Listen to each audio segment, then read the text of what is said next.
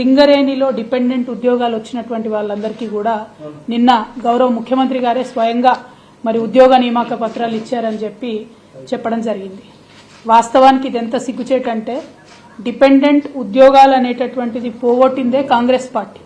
INTUC అని Congress party యొక్క trade union ఏదైతే ఉంటుందో వాళ్ళ సంతకాలతోని, ఏఐటీయూసీ సంతకాలతోని, తెలుగుదేశం పార్టీ ట్రేడ్ యూనియన్ సంతకాలతోని జాతీయ రాష్ట్రీయ ట్రేడ్ యూనియన్లు అన్నీ కలిపి ఆనాడు డిపెండెంట్ ఉద్యోగాలను పోడగొడితే కేసీఆర్ గారు వచ్చి డిపెండెంట్ ఉద్యోగాలు ఇచ్చి 20,000 నియామకాలు జరపడం జరిగింది.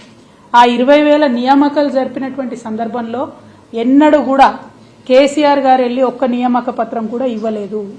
ఇది కేవలం సింగరేణి సంస్థలో రెగ్యులర్గా జరిగేటటువంటి ఒక ప్రొసీజర్గా ట్రీట్ చేసి అక్కడ లోకల్ స్థాయిలో ఉండేటటువంటి జనరల్ మేనేజర్స్ అంటే జీఎంల పరిధిలో నియామక పత్రాలు ఇచ్చేటట్టుగా బీఆర్ఎస్ ప్రభుత్వం ఈ అంశాన్ని అంతటిని కూడా టేకప్ చేసి, కానీ ఇప్పుడున్నటువంటి గౌరవ ముఖ్యమంత్రి వర్యులు జీఎం స్థాయిలో చేయాల్సినటువంటి పనిని హైదరాబాద్కి తీసుకొచ్చి సీఎం గారి స్థానాల్లో ఈ నియామక పత్రాలు ఇస్తా ఉన్నారు. ఇచ్చి పైగా గొప్పలు చెప్పుకోవడం, మేము కొత్తగా సింగరేణిలో 400 ఉద్యోగాలు ఇచ్చినామని. నిజంగా సిగ్గుచేటు.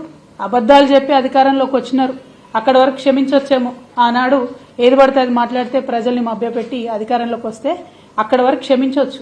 కానీ అధికారంలోకి వచ్చినాకన్నా నిజం చెప్పండి సీఎం గారు, మీరు ఎందుకోసం ఈ నియామక పత్రాలు కేసీఆర్ గారి హయాంలో ఇచ్చినటువంటి డిపెండెంట్ ఉద్యోగాలను తీసుకొని నేనే ఇచ్చినా నేనే చేసినా అని అబద్దాలు చెప్పుకోవడం ఎందుకు?